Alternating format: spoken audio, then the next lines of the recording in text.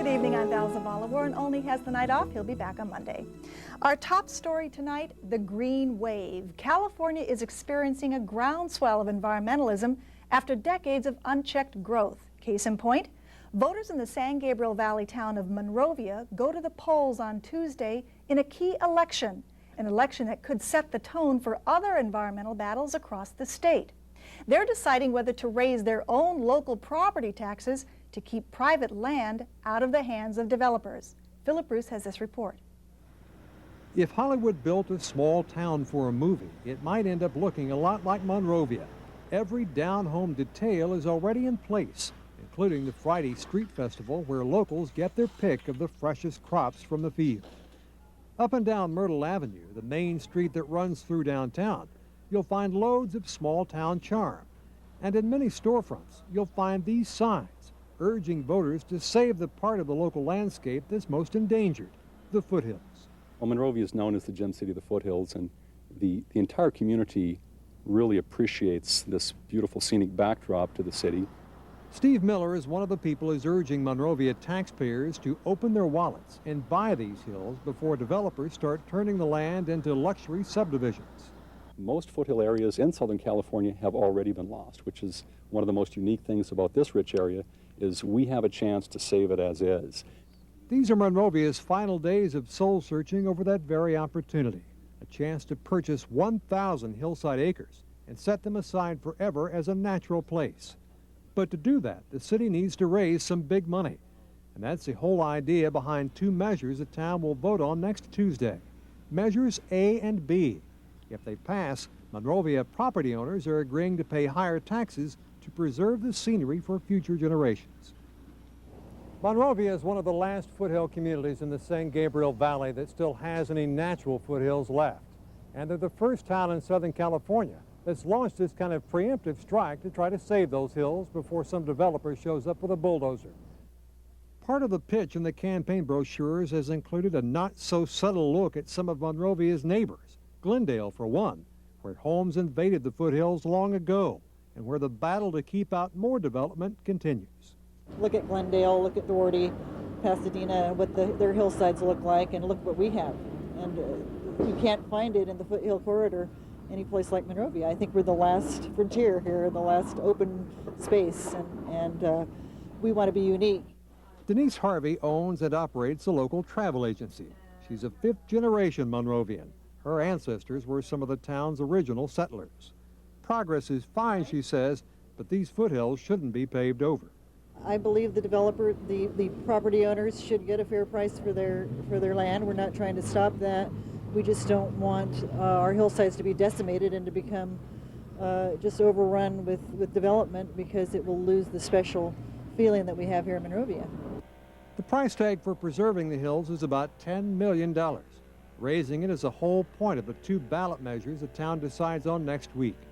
Supporters of the Hillside campaign say a yes vote on both will cost each property owner an extra $44 a year for the next 30 years. But it's not the money some Monrovians are opposed to, it's the principle. The land that they're talking about is privately owned property. It's not actually wilderness property. People have been hiking on it, but they're hiking on someone else's property. So my concern is, as a landowner, I think you have a right to develop it within what the rules are. Lloyd Fujiwara lives in the foothills himself. Plenty of people do, in neighborhoods that were built out years ago. And Fujiwara says that's what bothers him. Many of his foothill neighbors are now leading the fight to stop any more building here. It's kind of a double-edged sword. They don't want any more hillside development, but they also live in the hillsides also. They've got theirs. Oh yeah, they've got theirs. So, like I said, it's hard for me, the rules were set up, they had certain guidelines where they could develop, and as they go along, they keep making changes on them. So that kind of bothers me. The one thing all sides agree on is that once this natural land is developed, there's no way to turn back the clock. Laurie Beyer just bought a home on the edge of the foothills and views this spot as a paradise. She's campaigning for the election measures and believes most of the town supports them. I work the phones, I sit at the booth at the Family Festival, and my experience has been 90-something% of the people are very much in support of it. The other people are just maybe not that interested, but the overwhelming view is yes, we want to save those. That's why we're here. There's a unique This town that looks like a movie set is now the topic of a real-life film. Stephanie Meyer, a part-time filmmaker who grew up in Monrovia, made a documentary about the Foothills that's now running local cable channels. Residents never quite know who might be stopping by for an afternoon snack or an evening dip in the pool. In Monrovia, appreciation for nature has always gone hand in hand with a practical need for economic growth.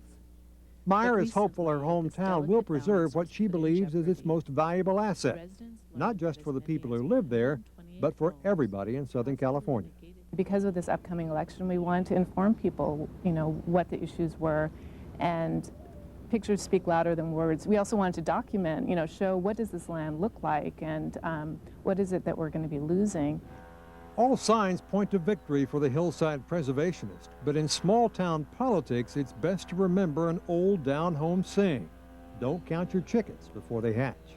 Well, I see a lot of signs around, but that's all relative. I mean, I might see a lot of signs, but it might be only about 10%, maybe 5 or 10% of the houses.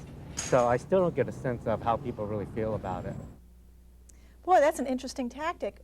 Do you think this really could catch on statewide, or other communities could learn from them? Well, I think what you're seeing statewide now, Val, is a real awareness among a lot of townships around the state that this is probably the best way to go at it. Whether or not it goes up or down is to head off some lengthy legal battle after a development is already in place or is getting ready to get in place, is to buy the land and try to hit it off at the pass. Right. And Monrovia really is leading the way in that. Now, it remains to be seen how this fight will go. Mm-hmm. But, you look at several different issues across California right now. The $2 billion Parks and Recreation bond issue that was passed statewide earlier this year. There clearly is a greater awareness across the state about diminishing open space. Mm-hmm. And that plays in favor of the people in Monrovia who are trying to make this happen. Now, the flip side of that is people are saying this is private land and the developers have owned it a long time. They have a right to do what they want to. Now, you mentioned a price of $10 million. That seems really inexpensive, actually, for 1,000 acres of that quality. Well, that's the city's part of the money, and they would probably have to go elsewhere to try to find some matching funds. They believe they can do that. Another big question is what happens once they get the land? How does it managed? I see. Well, it'll be interesting to see what happens. So the election is? Tuesday. Great. Thank you so much. Mm-hmm. Well, tomorrow on Life and Times Weekend, Maddox and Hewitt take over with a special half-hour on politics. One of their guests will be LA Unified's new chief, Roy Romer, who had this to say about school vouchers. I'm against vouchers because I really feel it will undermine public education finally. I came from a town of 800 people. I had a high school graduating class of 17. If we had had vouchers, the Baptists might have had their schools, the Catholics theirs, and it would balkanize my community. And in particular, I think that the public school as an institution does more than educate us. It brings us together in a pluralistic society. That's coming up tomorrow at 2 p.m. on Life and Times Weekend Edition. And to whet your appetite for more, here are Maddox and Hewitt with their regular Friday night political roundup.